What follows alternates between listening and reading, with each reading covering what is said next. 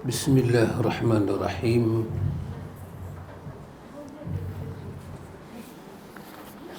Alhamdulillahi Rabbil Alamin.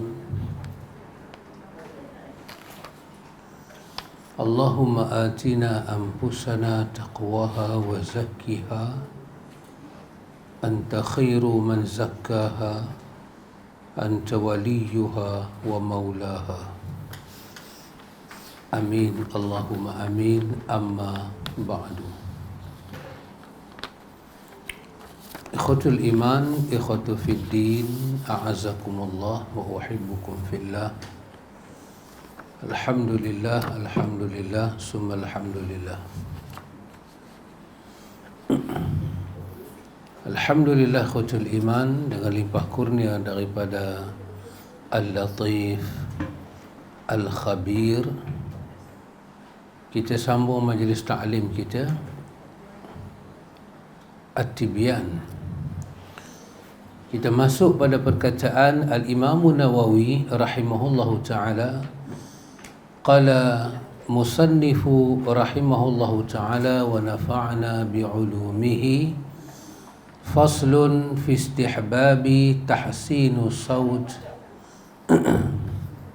bil Qur'an.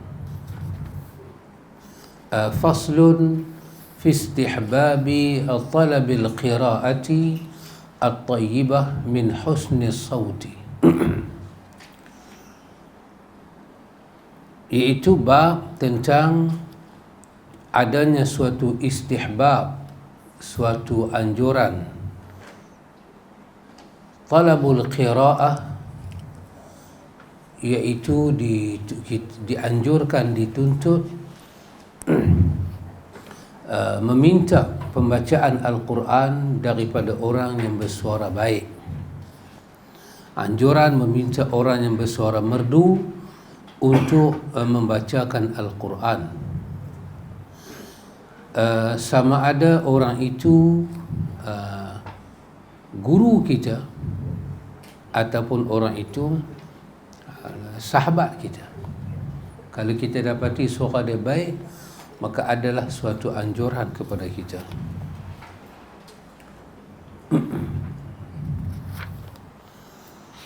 Al-Imam Nawawi rahimahullahu ta'ala, ikhwan, menyatakan bahawa i'lam anna jama'atin minas salafi kanu yatlibuna min ashabil qira'ati bi aswatil hasanah an yaqra'u wa hum yastami'una, wa hadha muttafaqun ala istihbabihi wa huwa 'adatul akhbar wa huwa 'adatul akhyar wal muta'abbidina wa ibadillahis salihin. Kata Imam Nawawi, ketahuilah bahawa banyak kelompok daripada para salaf meminta para qari bersuara merdu untuk membaca Al-Quran, dan mereka mendengarkannya. Hal ini, kata Imam An-Nawawi, adalah suatu perkara yang disepakati hukumnya, dan ini adalah kebiasaan orang-orang pilihan dan para ahlul ibadah dan serta hamba-hamba Allah yang saleh. Dan ini, kata Imam Nawawi, merupakan kebiasaan yang dicontohkan oleh Nabi sallallahu alaihi wasallam. Wa huwa sunnatun sabitatun an Rasulillah sallallahu alaihi wasallam. Adalah sunnah yang sabit daripada Nabi. Faqad sahha an Abdullah bin Mas'ud radhiyallahu anhu qala qala li Rasulullah sallallahu alaihi wasallam اقرأ علي القرآن فقلت يا رسول الله أقرأ عليك وعليك أنزل قال إني أحب أن أسمعه من غيري فقرأت عليه سورة النساء حتى إذا جئت إلى هذه الآية فكيف إذا جئنا من كل أمة شهيد وجئنا بك على هؤلاء شهيدا قال حسبك الآن فالتفت إليه فإذا عيناه تذرفان رواه البخاري ومسلم. Kata Imam Nawawi, telah terdapat riwayat yang sahih daripada Abdullah bin Mas'ud radhiyallahu an. Dia berkata, Rasulullah sallallahu alaihi wasallam telah bersabda padaku, bacalah Al-Quran padaku. Aku bertanya, wahai Rasulullah, bagaimana mungkin aku bacakan Al-Quran untukmu, padahal Al-Quran diturunkan padamu? Baginda menjawab, sungguh aku lebih suka mendengarnya daripada orang lain. Maka aku pun membaca surah An-Nisa sehingga ketika telah sampai pada ayat فَكَيْفَ إِذَا جِئْنَا مِنْ كُلِّ أُمَّةٍ بِشَهِيدٍ وَجِئْنَا بِكَ عَلَى هَؤُلَاءِ شَهِيدًا. Terjemahan dia, bagaimanakah keadaan orang kafir nanti jika kami mendatangkan seorang saksi, yakni Rasul, dari setiap umat, dan kami mendatangkan engkau Muhammad sebagai saksi atas mereka. Kata Abdullah bin Mas'ud, baginda bersabda, cukup. Aku pun menoleh kepada baginda dan ternyata air mata beliau bercucuran. Hadis ini adalah riwayat Imam Bukhari dan Muslim. Inilah di antara dalil ikhwan yang dibawa oleh Al-Imam Nawawi untuk menyokong bab yang dia sebutkan ini. Warawa ad-Darimi wa ghayruhu bi asanidihim an Umar bin Khattab radhiyallahu an annahu kana yaqulu li Abi Musa al-Ash'ari radhiyallahu an dzakkarna rabbana fayaqra'u indahu. Ad-Darimi dan lainnya meriwayatkan daripada Umar bin Al-Khattab radhiyallahu an dengan sanad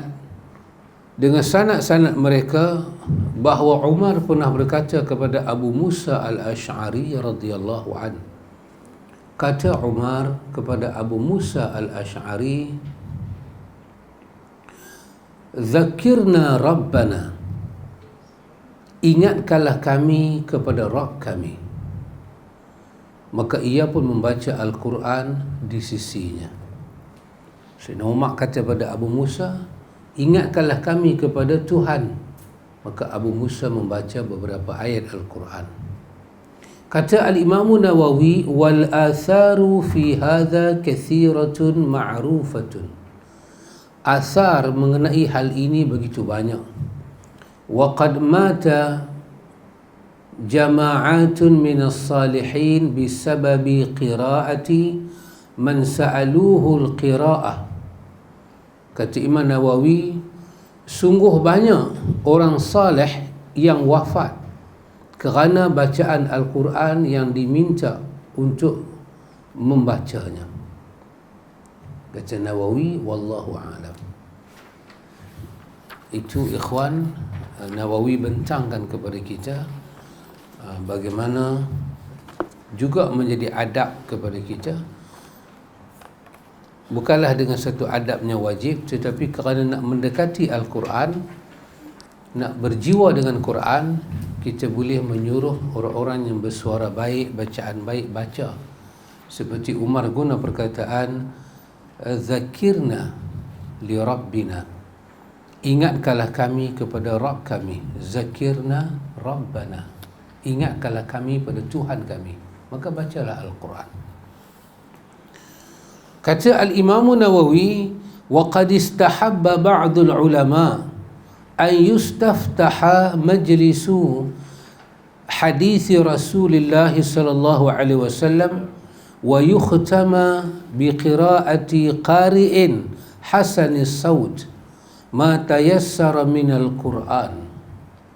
Kata Nawawi, para ulama biasa membuka dan menutup majlis mempelajari hadis Nabi sallallahu alaihi wasallam dengan bacaan Al-Quran yang mudah daripada para qari yang bersuara bagus. Ini biasa dibuat. Satu majlis dibuka dengan Quran. Summa innahu yanbaghi lil qari fi hadhihi al mawatin an yaqra'a ma yaliqu bil majlisi wa yunabisuhu wa an yakunu qira'atuhu fi ayatin khawf wal raja wal mawa'id wat tazhid fi dunya wat targhib fil akhirah wa ta'ahhubi laha wa qasril amal wa makarimil akhlaqi. Kata Imam Nawawi, sebaliknya para qari di tempat-tempat tersebut membacakan Al-Quran yang sesuai, yang berkaitan dengan majlis tersebut. Hendaknya ayat yang dibaca adalah ayat-ayat yang berisi ketakutan dan harapan, nasihat-nasihat, zuhud di dunia, harapan terhadap akhirat, peringatan akan akhirat, pendek angan-angan, dan yang membawa kepada akhlak yang mulia. Kalau orang suruh kita baca ayat Quran, kita pilih ayat-ayat lagu tu. Jangan baca semua ayat pasal potong tangan, ayat pasal kejam. Tak, baca ayat-ayat yang berkaitannya macam tu. Jadi maknanya kita duk kena hafal. Kalau tak hafal pun kita duk kena reti. Nanti kita buka Quran, kita tahu. Itulah ikhwan satu bab yang dibuka oleh Al-Imam Nawawi, bab berkenaan dengan faslun fi istihbabi talabil qira'ah at-tayyibah min husni saut, iaitu orang yang bersuara baik, kita tahu dia bacaan baik, kita boleh suruh dia baca Quran kerana untuk mendekatkan kita kepada Al-Quran. Dan kata Nawawi, ini adalah sunnah yang dihidupkan oleh para sahabat, dan bukan saja para sahabat, bahkan sunnah yang dihidupkan oleh para ahlul hadis. Kadang-kadang mereka buka majlis kuliah mereka dengan membaca Al-Quran. Baik, ingat bab ni mudah faham, tak payah hurai apa-apa. Kemudian An-Nawawi membuka bab faslun yanbaghi lil qari idza ibtada'a min wasatil surati aw waqafa ala ghairi akhiriha an yabtadi'a min awwalil kalam al murtabiti ba'daha bi ba'd wa kadzalika idza waqafa an yaqifa ala al kalam al murtabit wa 'inda intihai al kalam wa la yataqayyadu fil ibtida'i ولا في الوقف بالأجزاء والأحزاب والأعشار فإنها قد تكون في وسط الكلام المرتبط بالكلام كالجزء الذي في قوله تعالى wa ma ubarri'u nafsi. Ini pula bab berkait dengan kita membaca Al-Quran, iaitu bab kata Nawawi dianjurkan kepada kita suatu kesunatan memulai qiraat daripada awal. Kita nak mula baca Quran itu, kita start dia daripada awal kisah. Jangan pergi tebuk di tengah-tengah. Start daripada awal cerita. Seorang qari yang membaca dari pertengahan surah yang pertama atau berhenti tidak di akhir surah, hendaklah ia juga berhenti di akhir rangkaian ayat tersebut.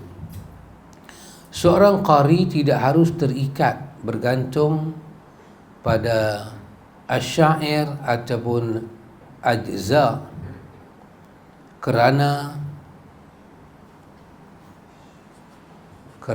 kata dia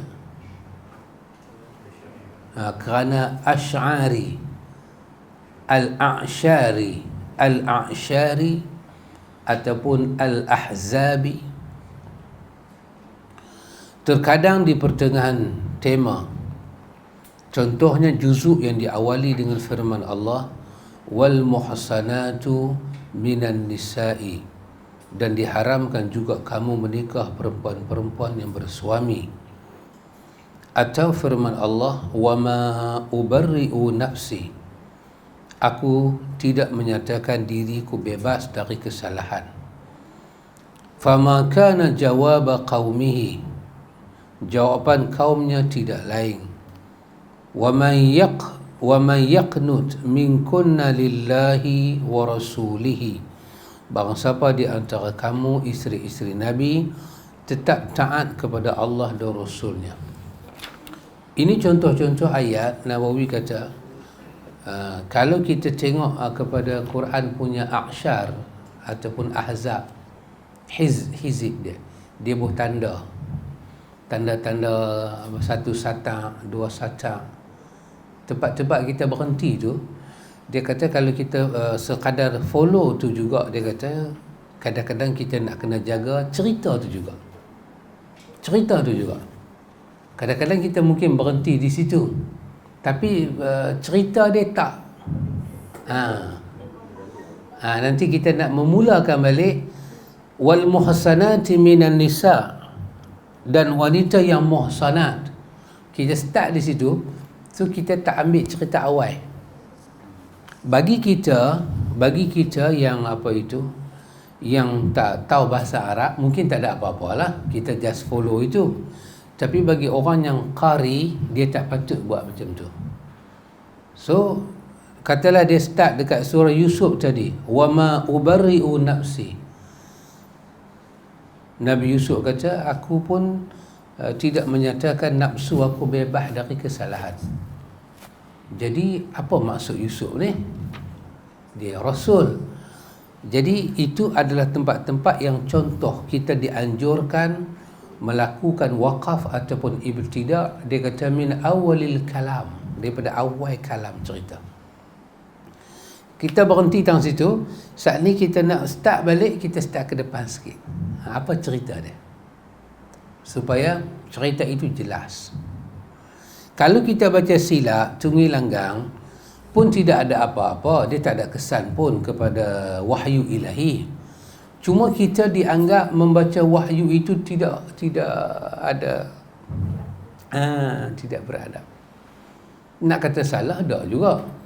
Tapi kerana kitab Nawawi ini at-tibyan fi adabi, ya, adab. Demikian juga kita baca dalam solat, kita nak berhenti. Tak mana kita nak berhenti. Kadang kita berhenti, cerita tak habis. Masuk rakaat kedua, kita pergi tukar surah lain. Bukan tak salah, bukan salah. Sembahyang sah. Tapi kita dianggap tidak beradab. Sebab Allah turun ayat tu bagi cerita tu gantung. Kita kata tak gantung tak mana? Kita tak erti bahasa.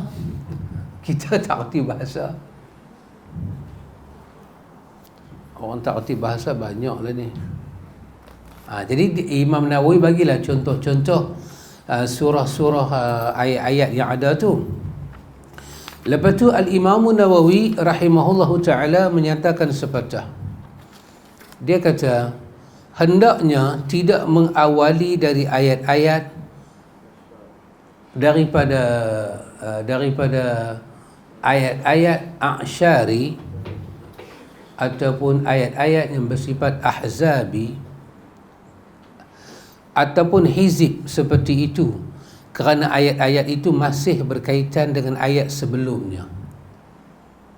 Mungkin orang yang buat hizb tu, tanda-tanda kecil tu dalam Quran, dia buat tanda tu mungkin dia nak memudahkan orang yang baru belajar. Tapi orang yang telah menguasai ilmu Quran, dia nak follow tanda tu, dia juga kena lihat kepada ayat yang dia baca. Pasal tu Quran terjemahan Saudi tu takat ni dia yang best. Kan terjemahan warna kuning tu dia buat Saudi, daripada Saudi. Terjemahan Indonesia dia yang best. Dia nanti bubuh setiap cerita tu dia akan start dengan tajuk Musa dan Harun. Tu ayat tu masuk. Lepas tu dia tukar tajuk. Jadi dia telah letak pada kita cerita tu habis cerita. Jadi kalau kita nak mengapai pun kita ikut susunan itu. Macam Imam Ibn Katsir, kalau kita mengapai mengikut kaedah Ibn Katsir, cerita dia tak habis juga. Sebab dia nak bercerita, dia ambil kadang 6 ayat, kadang dia ambil 3 ayat, kadang dia ambil 5 ayat, dia nak bagi kita faham. Tapi kalau kita cerita yang terjemahan Quran Saudi itu bagus, yang warna kuning tu. Janganlah tertipu dengan banyaknya kari yang mengerjakannya, yang tidak memperhatikan adab-adab ini dan tidak memikirkan maknanya. Hendaklah ia mengamalkan apa yang diriwayatkan oleh Al-Hakim Abu Abdillah As-Sayyid Al-Jalil. Alamak, Jalil pula. Sayyid Al-Jalil. Memang tak main, Ustaz. Dan Fudail bin Iyad. Dia kata hendaklah kita perhatikan riwayat-riwayat seperti ini. Ia berkata, la tastawhish turuqul huda liqillati ahliha wa la taghtarranna bikathratil halikin wa la yadurruka qillatus salikin. Ini adalah kali kedua saya fikir Imam Nawawi mengulang perkataan ini. Seolah-olah Nawawi berkenan sungguh dengan perkataan ini. Di dalam Al-Azkar dia ulang, kat sini pun dia ulang lagi. Dia berkenan sungguh dengan perkataan ini. Perkataan Abu Ali Fudail bin Iyad, Sayyidul Jalil Al-Fudail bin Iyad. Apa dia kata? Janganlah engkau meninggalkan jalan petunjuk kerana sedikit pengikutnya, dan jangan terpedaya dengan banyaknya orang yang binasa dari pengikut petunjuk. Orang baca Quran, dia orang kata pada kita, saya berhenti ikut apa itu? Ikut tanda-tanda ni lah. Yalah, tanda-tanda tu memang, tapi bagi orang yang belajar lebih, dia tahu ini walaupun ada tanda, ini tak patut kita selesaikan bacaan di sini, ke bawah sikit ke ataupun ke atas sikit ke. Kadang-kadang tempat tu tak ada tanda pun. Jadi kata Abu Ali Fudail bin Iyad yang dinakalkan oleh Imam Nawawi, janganlah kau meninggalkan jalan petunjuk. Janganlah kita ni meninggalkan ilmu kita kerana duk pergi ikut orang-orang punya pandangan-pandangan ni. Walaupun ini hanya dalam bab tanda kecil, very technical saja ini. Technical saja. Tapi dia kata kalau kita dah ada ilmu, di situ tak patut berhenti. Bukan kerana haram, tapi kerana cerita dia tak habis. Jangan kita pergi berhenti ikut kebanyakan orang yang tak tahu apa yang kita tahu. Jangan ikut. Kerana sedikit pengikutnya, Kita yang nak ikut ilmu kita ni, kita sikit je, tapi hak banyak tak tahu. Janganlah kita ni tengok geng kita sikit, kita duk ikut orang banyak ni. Dan dia kata wala taghtarra bi kasratil halikin, dan janganlah sekali-kali kita terpedaya dengan kebanyakan orang yang binasa tak ikut ilmu. Wala yadurruka qillatus salikin, dan janganlah sekali-kali memberi mudarat kepada kita sikitnya orang yang ikut kebenaran. Janganlah kita jadi lagu tu. Dahsyat ikhwan, sekecil itu pun Nawawi bawa perkataan sebesar ni macam nak perang. Wahai benda tu teknikal saja, tapi dia bawa macam nak perang. Seolah-olah ada isyarat daripada Imam Nawawi. Apa dia isyarat dia ikhwan? Ilmu tidak boleh ikut orang, ilmu ikut kita. Kita belajar, kita mesti tahu, jangan ikut orang. Ada perkataan ulama yang semakna dengan dia. Walihadza al-ma'na qala al-ulama. Nawawi kata macam ni bukan kata Fudail bin Iyad saya cakap. Ada ulama lain cakap yang lebih kurang makna dia, iaitu qira'atu suratin qasiratin bikamaliha afdalu min qira'ati ba'di suratin tawilatin biqadril qasirati. فإنه قد يخفى الارتباط على بعض الناس في بعض الأحوال, iaitu membaca satu surah yang pendek dengan sempurna lebih utama daripada membaca beberapa ayat dari sebuah surah yang panjang, kerana terkadang-kadang seseorang tidak faham pada sebahagian kerana terkadang seseorang tidak faham melainkan pada sebahagian ayat sahaja. Kita baca satu surah selesai, itu lebih baik daripada kita baca satu ayat yang panjang tapi kita kurang adab. Imam Ibn Abi Dawud dengan sanadnya meriwayatkan daripada Abdullah bin Abi Huzaili at-Tabi'i al-Ma'rufi, qala kanu yakrahuna an yaqra'u ba'd al-ayah wa yatruku ba'daha. Ibn Abi Dunya dengan sanadnya pernah meriwayatkan daripada Abdullah bin Abi Huzaili, dia seorang tabi'i yang terkenal. Dia berkata para tabi'in tidak suka membaca sebahagian ayat sahaja dari sebuah surah. Kalau surah tu dia baca, dia tak suka baca tinggai, dia akan baca perhabis satu surah. Kena Baqarah, hangitlah kita. Tapi dekat mereka 3-4 juzuk tak ada apa-apa. Macam kita duduk makan mamplang tidur tu lah macam dia. Tak ada apa-apa. Tak ada apa-apa. Tak ada. Dekat kita lah, pasal kita bukan ahli Quran, kita tak hidup dengan Quran, pasal itu kita merasakan itu satu keberatan. Baik, Al-Imam Nawawi berkata lagi, faslun fi ahwali takrahu fiha al-qira'ah, iaitu kata Imam Nawawi kondisi-kondisi makruh membaca Al-Quran. Ini pula pada keadaan makruh kita baca Al-Quran.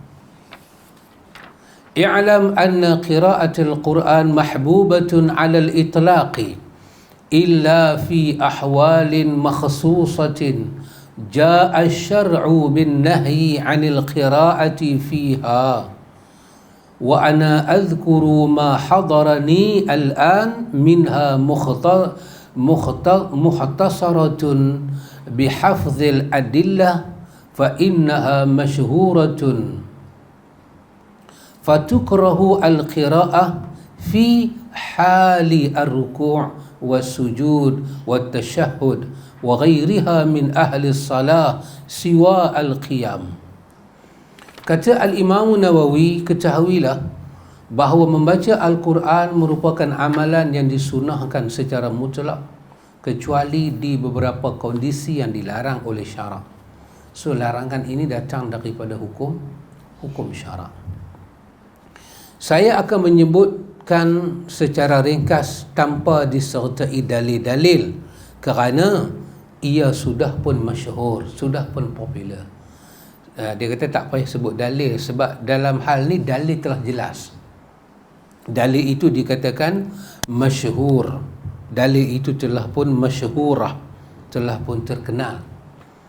Ada masa kita baca hadis, kita tak sebut nama sahabat, kita tak sebut pun kedudukan hadis itu sahih ke tak. Kita baca. Kita kata Nabi bersabda innamal a'malu binniyat. Kita tak sebut dari siapa, tak sebut riwayat siapa. Kenapa? Hadis itu sudah pun masyhurah. Semua orang tahu. Jadi yang orang kurang tahu ni kita nak kena jelaskan. Kata Nawawi, pertama, tempat-tempat yang sabit dalam dalil jangan dibaca padanya Quran. Artinya kalau dibaca Quran di sini kita pula tak beradab. Ketika rokok, sujud, tasyahud dan kondisi solat lainnya selain daripada berdiri. Dalam solat, tempat yang dikatakan beradab dan sesuai membaca Quran hanya ketika berdiri saja. Lain daripada itu, maka tak sesuai baca Quran. Walaupun dalam tasyahud. Tasyahud itu duduk kan, tak sesuai juga. Kata Nawawi, wa tukrahu qira'atu ma zada 'ala al-Fatihati lil ma'mum fi as-salah al-jahriyah idza sami'a qira'at al-imam wa tukrahu halat al-uqudi 'ala al-khala'i wa hiya halat an-nu'asi. Kata Nawawi, bagi makmum selain surah Fatihah pada salat jahar, jika makmum dapat mendengar bacaan imam, makmum selain daripada Fatihah, maka tak usahlah baca apa pun bila dia dengar imam baca jahar. Kalau dia nak kena baca pun cukuplah Fatihah, kata Nawawi, sebab dia berpegang dengan pandangan Imam Syafi'i. Ya. Lain daripada Fatihah, tak usahlah baca apa pun, dengar ajalah. Walaupun kondisi itu kondisi berdiri, cukuplah bagi makmum ni baca Fatihah. Bagusnya seorang imam biarkanlah saat masa makmum nak baca Fatihah, jangan dah habis waladhdallin amin terus baca surah, sebab dia tahu kata makmum di belakang dia baca Fatihah. Kecuali dia telah didik makmum dia tak baca Fatihah, makmum dia dengar bacaan dia aja. Lepas waladhdallin amin tu teruslah boleh baca surah. Tapi kalau dia tahu memang ada makmum nanti baca Fatihah, maka dia tak salah kalut sangat. Korang-korang bagilah makmum tu lepas 3 ayat ke 4 ayat ke, barulah dia start baca surah, supaya dia tak ganggu bacaan makmum dia, dan makmum pun dapat apa itu khusyuk dengan bacaan imam. Kata Nawawi, ketika sedang duduk di kakus, di tandas, ini tak sesuai baca Quran, jangan. Iaitu ketika di dalam al-qu'ud 'alal khala'. Al-qu'ud 'alal khala' ni maksudnya bukan masuk tandas, masa pungkok kita duduk dekat mangkuk tu. Bukan masa kaki kita masuk, masa duduk di situ. Masa apa lagi? Ketika nu'as, mengantuk, jangan baca Quran.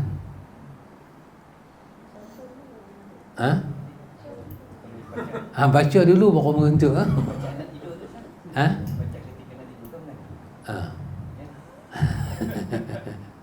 Tidak tidak bismillah, tidak dia baca apa, in amana rasulullah.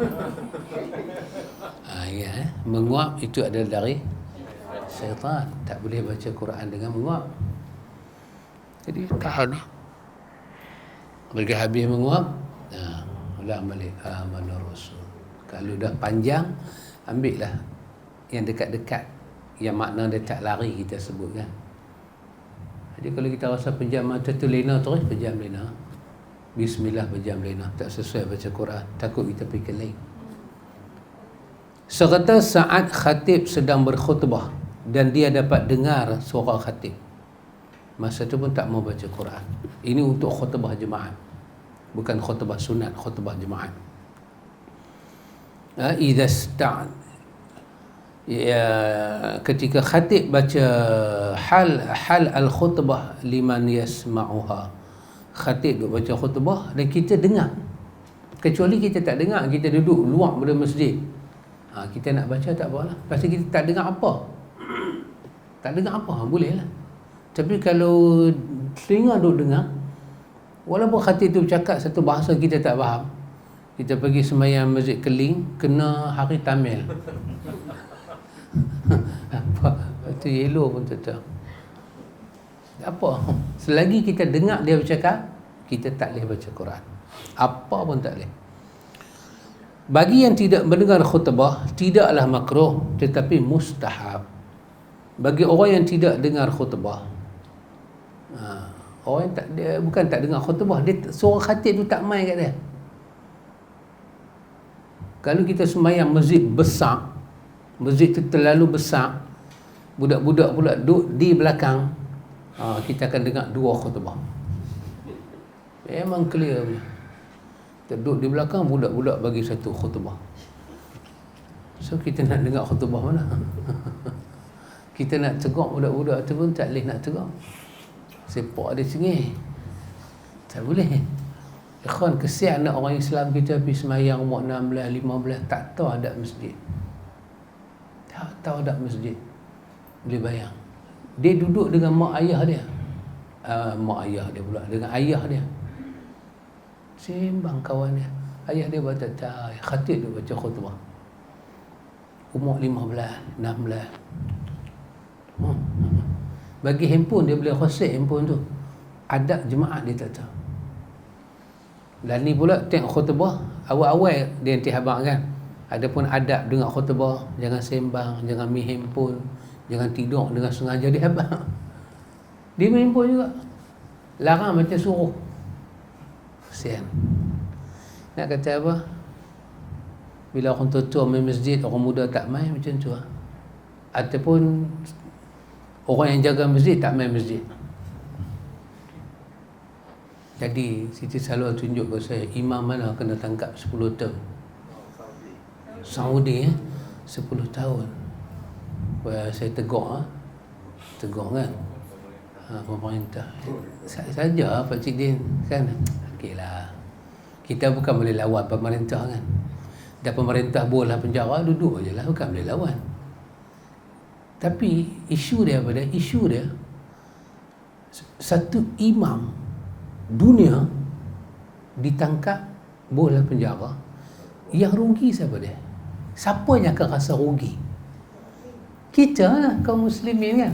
Kita pergi umrah, kita pergi haji, kita pergi Masjidil Haram, kita tak dapat dengar suara imam yang boleh bimbing kita berjumpa Tuhan. Pemimpin yang jaga tempat ni, dia tak main pun Masjidil Haram. Dia rasa rugi apa? Lepas ni kalau dia tangkap lagi imam-imam lain, dia tak ada rasa rugi apa? Dia punya pandangan apa? Hang kacau aku. Ya kacau lah, dia tu kacau dia sekalipun. Kacau lah, tegur konsert tu tak boleh buat. Kacau lah kan, ekonomi tengah. Mereka ni ekonomi like a little dragon, grows up. Macam anak naga tengah duduk apa? Duduk sembung api kan. Dia nak angkat ekonomi dia. Memang orang macam ni bagi tahu konsert tak boleh apalah. So kacau lah. So kacau pun, orang ni adalah orang yang pimpin orang, jiwa-jiwa manusia berjumpa Tuhan. Yang dia bagi arahan suruh tangkap kawan ni, dia tak boleh pimpin orang berjumpa Tuhan macam kawan ni. Dia tak akan rasa rugi apa, sebab dia bukan jemaah Masjidil Haram. Macam kita di Malaysia kan, jadi pengurusi ke, ahli jawatan kuasa masjid kan, dia tak main masjid. Apa yang dia rasa? Dia kata, ustaz tak main. Dia kata, so? Ustaz tak main. So, orang main nak mengaji, orang tu rasa bila ustaz tu tak main. Orang yang tak main, dia tak main masjid. Apa masalah? Dia pula heran dengan kita. Alah, dengan satu ustaz tak main pada buat ramai. Apa ramai ni? Macam tu ya kawan. Kalau AJK masjid tak main semayang, dilantik tak main semayang. Kadang-kadang bukanlah saya nak kata, macam kadang-kadang macam tak apa sedar diri tu tak? Tak jijak rumah Tuhan, tiba-tiba pegang. Yang Quran katakan, innama ya'muru masajidallah man amana billah. Orang yang mai rumah Allah ni beriman dengan Allah. Orang yang tak mai rumah Allah ni, saksikanlah dia tak ada iman. Kalau orang yang mai rumah Allah, fashhad lahu bil iman, saksikanlah dia ada iman. Jadi macam mana orang yang tak mai masjid ni boleh jaga masjid? Jadi yang tangkap bila tu imam dunia pun, maka dia kata, alah kena tangkap seorang, 10 lagi tu ada. Senanglah dia cakap. Sangat senang. Kadang-kadang orang besar-besar kan, dia berucap, dia main seminar, dia main rasmi masjid ke apa ke, di mana dia cakap, kita tidak mau ada politik dalam masjid. Nak muntah dengar. Nak muntah dengar. Macam lupa diri tak? Diri yang bercakap tu. Kita tidak mau rasuah. Rasuah boleh menyebabkan negara kita jadi macam ni. Pui. Siapa yang bercakap ni? Sedar ke diri? Dulu masa Datuk Seri Anwar Ibrahim kena tangkap kan, beberapa tahun yang silam. Masa tu tengok apa jadi kepada Nurul Izzah, yang sekarang Nurul Izzah yang jadi wakil rakyat. Masa tu dia kecil lagi kan. Apa jadi dengan dia? Dia keluar sana bela pak dia, cari pak dia, berjuang untuk pak dia. Ada siapa kesian? Ada siapa-siapa kesian? So, bila kadang-kadang Tuhan buat ulangan balik, muhasabahlah diri. Kadang apa yang jadi dengan kita ni, kita lupa. Kita pernah seronok benda pernah jadi ke orang berapa puluh tahun silam. Bila kena ke kita, anak kita pula jadi lagu tu. Anak kita pergi baca surat kita sana, baca surat kita sini. Sepatutnya pegang surat tu, istighfar, ya Allah, apalah yang pernah kami buat dulu, apa yang Tuhan nak. Tengok, kita kawan dengan banyak ustaz-ustaz, last sekali jadi tak guna semua. Tak ada siapa boleh bimbing. Untuk apa? Untuk apa? Dan sekali kadang lawyer bercakap pun bukan macam lawyer pula dah. Tengok background lawyer, tapi cakap bukan macam lawyer. Suruh pula orang politik conquer kehakiman. Pasal apa? Orang kita. Bunyi pun orang kita. You a lawyer. Man ke woman, saya pun tak tahu. Ya? Boleh pusing Amru kata. Kita pergi bercakap, tengah sistem jalan baik, kita pula pergi apa? Pergi bagi tahu kita kena kuasai, patut kita pecat, ganti dengan orang kita. Untuk apa? Untuk save orang-orang kita. Orang kita bunyi pun. Si ikhlas. Ni kata no brain. No brain, no brain. Tak tahu apa, cannot brain kan, no brain. Cannot brain, tak boleh fikir. Jam. Main telefon dah jam dah. Pak Long tak sampai lagi. Pak Long cancel. Oh, saya boleh ya berda-berdu lah panjang. Pak Long tak ada. Berda-berdu. Tak, kalau kena baca ijazah malam ni. Alhamdulillah. Allah, pakcik dia hafal dah. Pakcik dia nak baca kan, saya nak dengar ijazah minggu depan.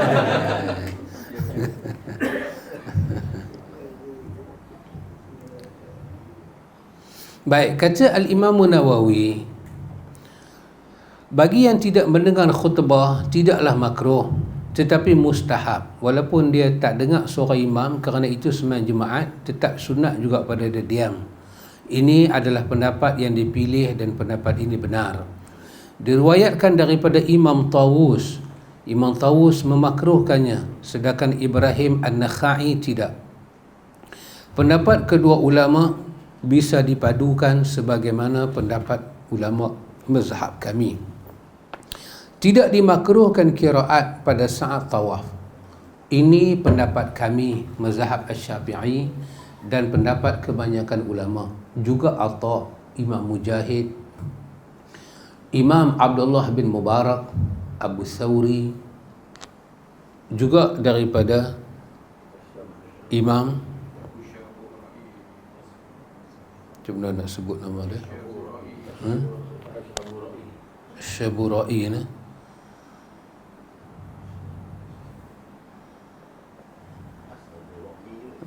Ashabur Ra'yi. Ashabur Ra'yi, bukan nama orang. Ashabur Ra'yi kena renggangkan Ashabu Ar-Ra'yi. Pendapat Ashabur Ra'yi sebagaimana diriwayatkan oleh Imam Ibnu Munzir, sedangkan Imam Al-Hasan Basri, Urwah bin Az-Zubair, Imam Malik memakruhkan baca Quran di saat tawaf. Jadi Imam Nawawi dia mewakili mazhab Syafi'i, dia kata baca Quran ketika tawaf tak makruh, boleh. Tapi ulama-ulama lain disebut di bawah ni, mereka kata tak mau, makruh ni tawaf ni tak mau baca Quran, baca benda lain. Dia kata yang sahih, ini pandangan Imam Nawawi, dia kata was-sahihu al-awwalu wa qad taqaddama bayanul ikhtilafi fi qiraati fil hammam wa fi turuq wa fi man fi famihi najasah. Pendapat yang sahih adalah pendapat yang pertama, iaitu pendapat menyatakan tidak makruh membaca Quran ketika tawaf. Hukum mengenai qiraat di kamar mandi, di jalan. Kamar mandi ni hammam. Hammam dia bukan khala'. Khala' ni tempat yang kita kencing, buang air besar, ada mangkuk tandas tu, khala'. Hammam ni tempat mandi, dia tak ada bekas ni semua. Kecuali kita pergi kencing tu lain bab kita lah. Tapi pendek kata, orang kata ni bilik air. Nah, bilik air ni tandas. Bilik air ni untuk mandi saja. Ini untuk qada hajat kan. Tiba-tiba sambil mandi kita pergi kencing, itu bab kita lah. Tempat tu bukan tempat kencing. Maka dia kata dan juga berkenaan dengan orang yang di dalam mulutnya terdapat najis. Di mulut dia terdapat najis, maka adakah mereka juga dimakruhkan? Maka dia kata tengoklah balik, dia telah sebut bab ni, dan ini juga bab yang menjadi khilaf di kalangan para ulama. Satu menyatakan makruh, satu menyatakan tidak makruh. Di jalan. Ada yang mengaji jalan-jalan Dia kutip duit tepi jalan baca. Adakah boleh? Macam pun kadang-kadang budak-budak sekolah main rumah kita kan, minta derma baca Quran dulu. Ini semua termasuk qiraat di tepi-tepi jalan, wa turuq. Bukan duduk tepi.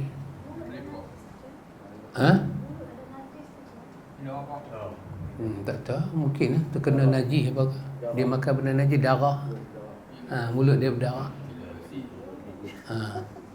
Air basi, benda-benda cemar, darah turun. Ataupun dia duduk gigit ayam tu berdarah. Ayam goreng kan, setengah orang dia goreng, macam duduk gigit tu darah. Sampai tu duk baca Quran, li ila fi Quraisyin, duk ngam-ngam, duk li ila fi Quraisyin. Ini ada najis, kat sini ada najis. Maka patutkah dia baca? Maka kalau lihat kepada najis tu dengan kemuliaan Quran tak masuk. Bukan kata najis tadi air liur basi pun taklah. Sesuai sangat kan Nabi kata, siwak kamu nak tak mau busuk mulut menyebut nama Allah Jalla wa'ala. Baik. Yang mana? Masa tawaf tak boleh baca Quran. Tak boleh. Setelah tunjuk dari Nabi macam mana? Nawawi kalau di sini dia kata yang paling kuatnya boleh. Ada tak dalil yang Kalau lihat daripada Nabi, kita tak jumpa macam Nabi pernah baca Quran ketika tawaf. Tak ada lah riwayat. Cuma ada asar, tak ada lah. Asar itu kebanyakannya tidak sahih.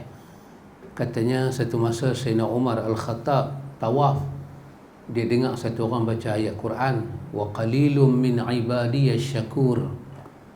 Sambil dia baca tu dia kata, wa qalilum min ibadiyasy syakur.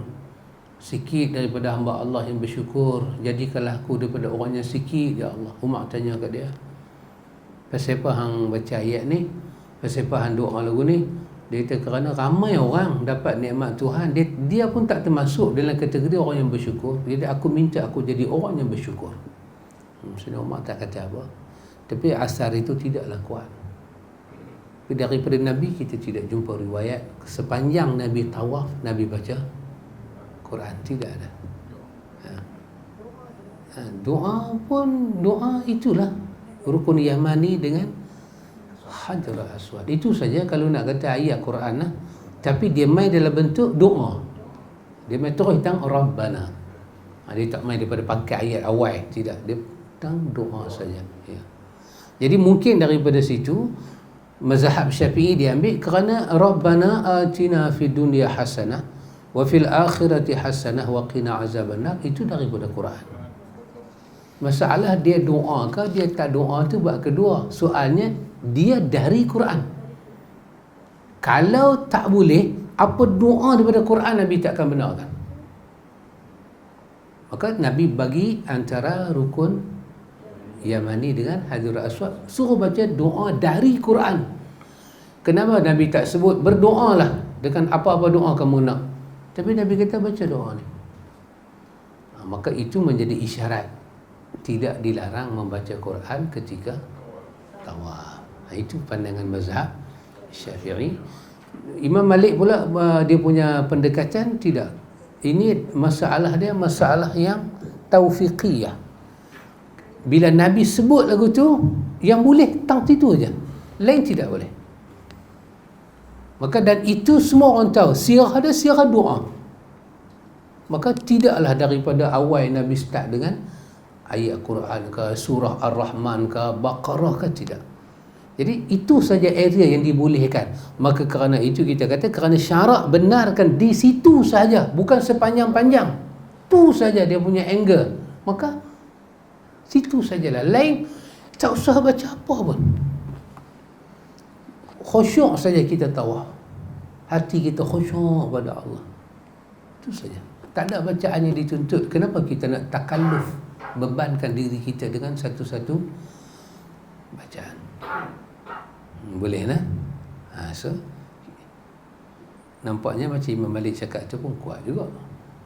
Macam Imam Syafi'i punya hujah pun macam kuat juga. Jadi make your decision lah. Boleh lah. Lepas tu Imam Nawawi buka satu bab kecil. Dia kata faslun wa minal bid'ah al-makruha fil qira'ah ma yaf'aluhu jahalatu al-musalli bin nasi fi tarawih min qira'ati surati al-an'am fi raka'atil akhirah wa fil laylati sabi'ah, yani mu'taqidina annaha mustahabbatun. Imam Nawawi kata mengkhususkan bacaan surah Al-An'am di rakaat terakhir pada hari ketujuh solat tarawih, ini merupakan bid'ah yang makruh. Apa pula depa ni? Duduk tak duduk pula. Bila mai malam ke-7, malam ke-7, itu dia akan baca suratul An'am. Suratul An'am. Ditentukan rakaat akhir suratul An'am. Sebelum rakaat akhir tu bacalah surah apa pun, tapi rakaat akhir tu adalah suratul An'am. Nabi kata menentukan itu adalah bid'ah. Termasuk kita Pak Mi ingat zaman kita sembahyang tarawih dulu, orang tua dia ajak kita 20 rakaat. Rakaat pertama Alha, rakaat kedua Qul huwallah, rakaat ketiga Wal As, rakaat keempat Qul huwallah, sampai habislah. Bila mai malam ke-15 dia tukar. Rakaat pertama Inna anzalna, rakaat kedua Alha, dia tukar balik. Jadi dia menentukan satu rakaat hanya dengan satu surah, manakala rakaat berikutnya dengan surah-surah lain. Jadi masuk rakaat kedua untuk malam 15 ke bawah mesti qul huwallah, qul huwallah, qul huwallah. 15 naik ke atas, rakaat pertama mesti inna anzalna, rakaat kedua tukarlah Alha wal As, turun ke bawah. Ini juga termasuk dalam bab ni, bid'ah yang makruh. Tak patutlah. Cuma adalah beberapa guru-guru kita kata itu tidaklah makruh untuk anak-anak kita nak start, nak ajak dia. Kita nak ajak dia solat, nak ajak dia ketertiban, tak apa. Tapi bila dah mereka besar, jadual itu tidak patut ada. Sepada orang nak jadi imam ni, bebaskan dia. Dia nak buat 20 ke, dia nak buat 8 ke, bebaskan. Dia tak terikat dengan satu surah. Dia bacalah apa yang dia mau. Tapi ada kumpulan ni, dia mau rakaatnya akhir tu mesti baca surah Al-An'am. Lepas tu ini menarik ikhwan. Beberapa tip yang Nawawi bagi di sini menarik untuk kita kenal, untuk kita cam kenapa perkara itu jadi bid'ah, untuk kita pakai dalam hukum-hukum yang lain. Jadi minggu depan lah, banyak dah ni. Kau nak sambung Cik Din? Mentang-mentang Pak Long tak mai. Sambung Pak Mik. Pak Cik Din, pasal yang kata sambung ni Pak Amir. Tajuk ni saja. Tajuk ni saja. Malam ni Merdeka sikit. Cik dia kata macam tak seronok ya.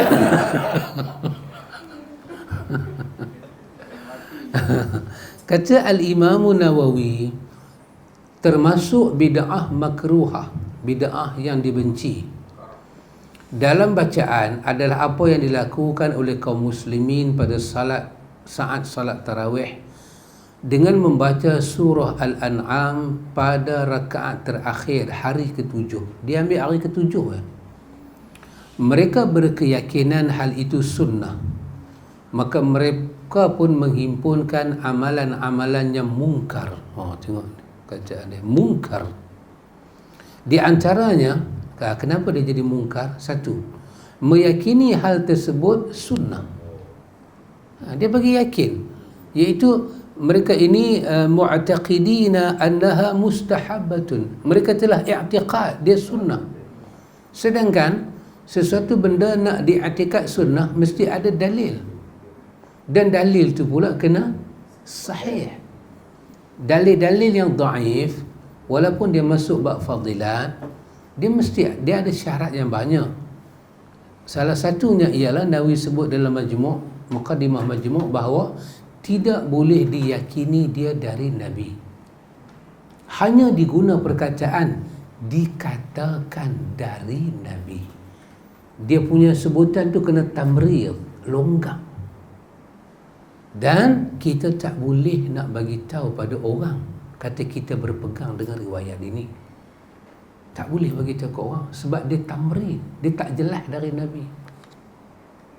Tapi mereka sampaikan benda ni, cara mereka beramal sehingga mereka buat dalam 30 hari Ramadan itu ada hari ke-7 surah ini menjadi surah penamat untuk satu rakaat. Yang kedua, menyebabkan orang awam menganggap demikian. Apa jadi? Orang awam akan anggap benda ni adalah agama. Tengok Nabi kata malah bertakar dia. Sama lah kita hari ni ikhwan, kalau mai bulan Muharram tak buat bobok suara jadi ada orang marah dengan saya dulu, dia kata tak puas hati. Orang tu masuk neraka kes apa? Kes zina, kes murtad. Dia ni masuk neraka kes bobok surah. Malaikat tanya pun tak puas hati. Nampak sangat dia ni orang Malaysia. Dia kata tak puas hati. Dah. Bukan isu bubuk suara. Bubuk makan lah. Alhamdulillah bubuk suara, ubat gout lah. Makan kan. Tapi kenapa dia dalam dan duduk pula pada 10? Kenapa bubuk kacang tak duduk situ? Bubuk pulut hitam, bubuk gandum, bubuk caca. Betul kan? Kita ada pengat pisang, pengat ubi, pengat labu. Macam-macam kita ada. Tapi kenapa 10 Muharram itu yang duduk di situ bubuk tu dengan dia punya ingredient macam tu, dan dia duduk ketika Karbala menyala Karbala, kita kacau. Yang tu saja pertanyaan dia.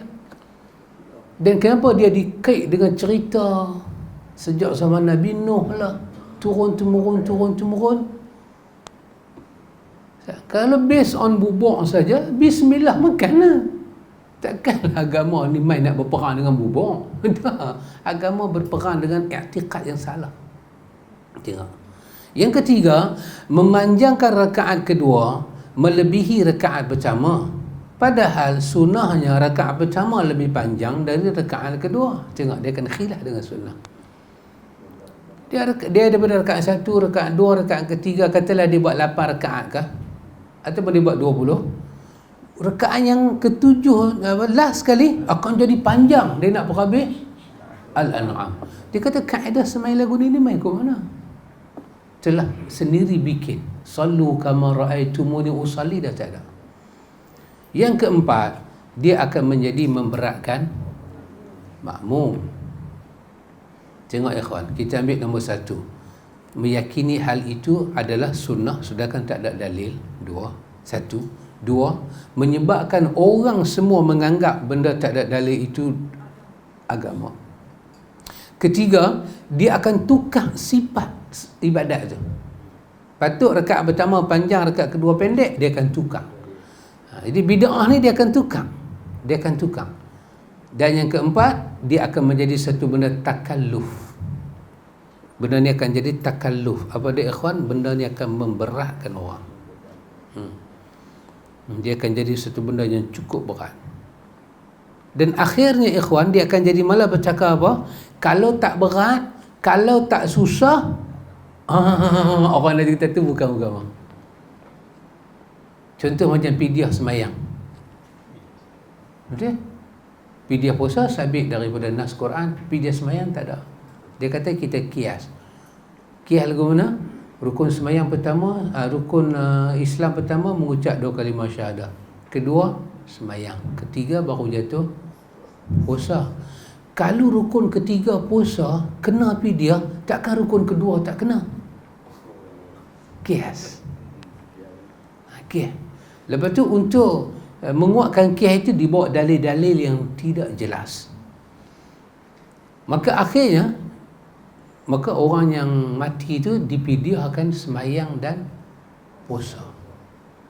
Sebab pidyah puasa sabit pada Quran. Pidyah semayang, Syed Sabit bawa tentang pidyah semayang dalam fikih sunnah. Hadis Imam Ibnu Majah. Tapi hadis itu adalah hadis yang maudhu', yang palsu. Ditanya, bolehkah kami semayang untuk orang yang dah mati ya Rasulullah? Dia dah mati, dia tak semayang, kami semayang kat dia. Nabi kata boleh. Maka dia ambil lah hadis tu. Sedangkan hadis tu hadis yang palsu. Jadi bila kita kata tak payahlah istighfar, minta ampun pada Allah, dia kata senangnya. Dia kata takkan lagu tu. Pasal apa? Pasal dia telah diajak dengan cara yang susah, dengan cara yang berat. Takalluf, penuh dengan takalluf, bebanan. Dia suka yang tu, Pak Cik Din. Dia berhutang tak bang? Dia buat personal loan tak bang? Nak untuk apa? Nak selesaikan bapak dia punya pidyah solat. Ada tempat pidyah solat depa buat ni tuduh berat. Letak atas tu, hang tolak pi, aku tolak mai. Aku terima. Bagi balik. Subhanallah. Berat tu juga dia pergi sana, dia pergi sini ya. Bila kata yang ni lah cara betul. Bila dia boleh buat cara susah, menyusahkan dia, memberatkan dia, alhamdulillah. Dia puas. Dia rasa itulah wajah agama. Tengok, inilah masalah bahayanya bid'ah yang dibenci ini. Kata Nawawi, termasuk bid'ah yang mirip, bid'ah yang lebih kurang serupa macam ni, kita kata bid'ah yang mutasyabihah ni, yang menyerupai macam ni, sebagian orang bodoh ambil ubat. Qiraati ba'dil jahalatihim, orang bodoh. Pada sembahyang subuh di pagi Jumaat, membaca ayat sejadah yang bukan surah As-Sajadah dengan niat membaca surah Sajadah, padahal sunnahnya membaca As-Sajadah pada rakaat pertama dan Al-Insan pada rakaat kedua. Dia tak ada orang bodoh jadi imam. Dia tak apa ayat sejadah, dia pergi ambil Iqra' lah. Dia pergi tengok kan 15 tempat ada tanda sujud, dia ganti. Imam Nawawi kata bodoh. Jangan duk buat lah kerja ni. Kalau tak apa alif lam sajadah, tak payah ganti dengan apa pun, baca lah surah. Tidak ada sujud. Dia bukan sujud kerana hari Jumaat, dia sujud kerana ayat tu. Ayat tu kalau dibaca di mana pun sujud lah. Tak, dia nak juga. Lepas tu kita tambah lagi satu lah, bodoh. Lagi satu punya bodoh. Apa dia? Dia hafal sejadah saja, dia tak hafal insan. Dia pecah dua. Lagi satu punya bodoh. Yang ni bodoh zaman dulu, ni pula bodoh zaman lah. Kenapa nak buat lagu tu? Tak hafal insan, bacalah surah lain. Dan kalau tak baca pagi tu pun, bukanlah sesuatu yang mesti kullu usbu', tiap-tiap minggu. Dan sampai kalau dalam setahun sampai tak baca langsung pun tak boleh juga. Saya dah setahun dah tak baca sejadah. Seronok pula dah. Tak boleh. Pasal mesti ada hari Jumaat Nabi baca. Jadi kita nak kena hafal lah pula sajadah ni. Boleh Pak Cik Din? Sajadah. Tak, saya suruh hafal. Hafal 5 ayat. 5 ayat mula. Dia ada tak silap saya 30. So kita ambil 5 ayat dulu. Minggu depan saya nak dengar 5 ayat surah Sajadah. 5. Boleh apa Man? Seminggu dapat kot 5. Sebenarnya kalau kita duduk sebelah kali kita baca tengok tak pergi taman mata. Lepas tu cukup sebelah kali, yang ke-12 itu baru start hafal. Kita akan dapat. Kita boleh dapat insya-Allah. Boleh dapat.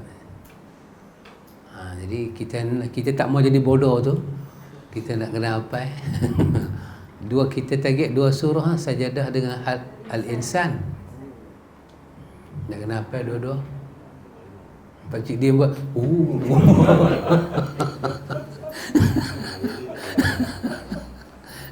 5 ayat. Tapi kita start dengan 5 ayat.